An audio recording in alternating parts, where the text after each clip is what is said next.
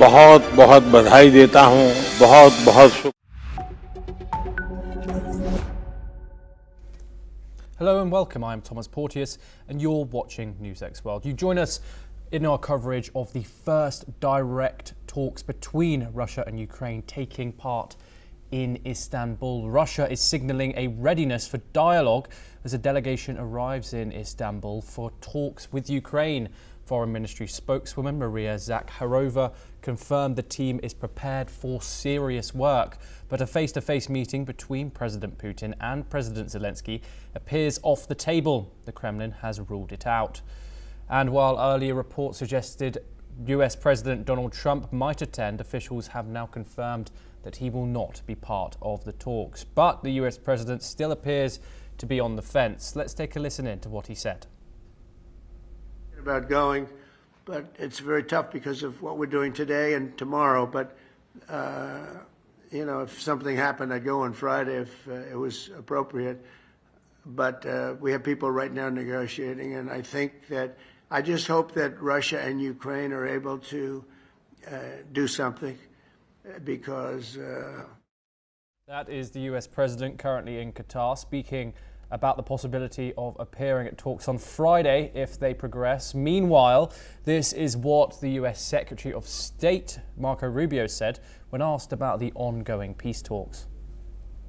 On everyone's mind is what's happening with Russia and Ukraine. The President of the United States has been abundantly clear he wants the war to end.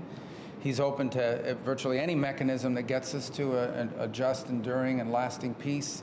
And that's what he wants to see. That there is no military solution to the Russia-Ukraine conflict. This war is going to end not through a military solution, but through a diplomatic one. And the sooner an agreement can be reached on ending this war, the less people. State is currently in Atlanta for Antalya for NATO talks.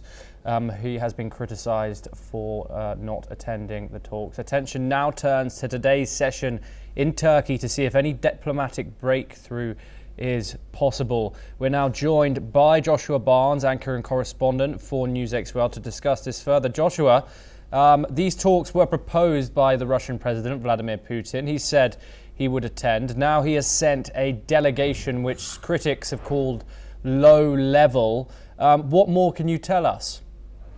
Yes, well, Thomas, of course, this situation is a unique one. There haven't been direct talks between Russia and Ukraine since the start of the war and Russia's invasion of Ukraine in 2022. We'll come to those talks a little bit later, but let's just look at the lay of the land right now. Of course, Russia and Ukraine throughout this conflict have been very far apart in what they both want as they work towards a potential ceasefire.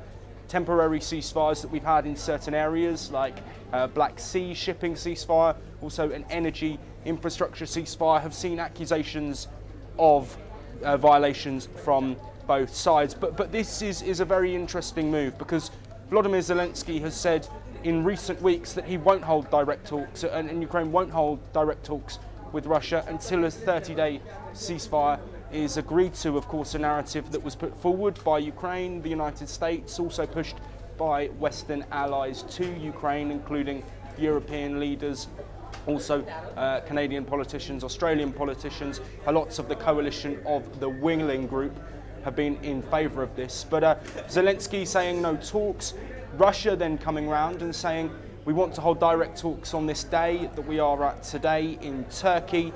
And Zelenskyy has said yes and said he would attend them himself. This seen by many experts as a move to put pressure on Russia and potentially to show European allies and Western allies that Zelenskyy and Ukraine are serious about this peace deal and putting the onus back on Vladimir Putin. This, of course, also in the wake of Putin's 72-hour ceasefire proposal over the Victory Day celebrations that took place in Russia that were unagreed to by Ukraine, though hostilities did lower dramatically.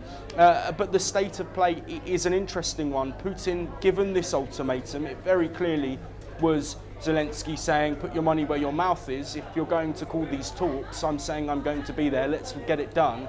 And that hasn't been the case. Now, Donald Trump also earlier in the week spoke about his potential attendance.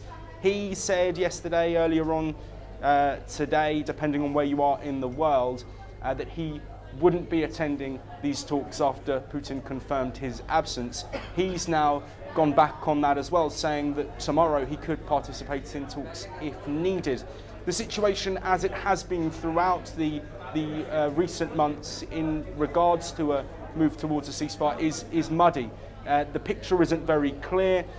Ultimately, there are two sides who disagree fundamentally on several aspects of a peace deal. That includes NATO membership, that includes peacekeeping forces in Ukraine after a ceasefire is agreed, and of course, a critical one for Ukraine, Crimea.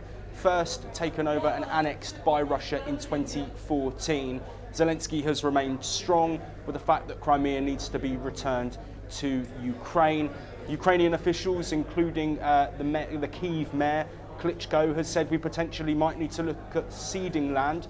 Around 20% of Ukraine is now in Russian hands. The picture, as I mentioned, is unclear, but talks are set to take place today. That is a positive step. The first time in around 3 years that direct discussions between Russia and Ukraine have taken place. But without Putin there, will Zelenskyy go? We're not sure. Of course, he is speaking with the Turkish President Erdogan today and will decide apparently on his attendance following those discussions. Let's briefly touch on Turkey's role as well.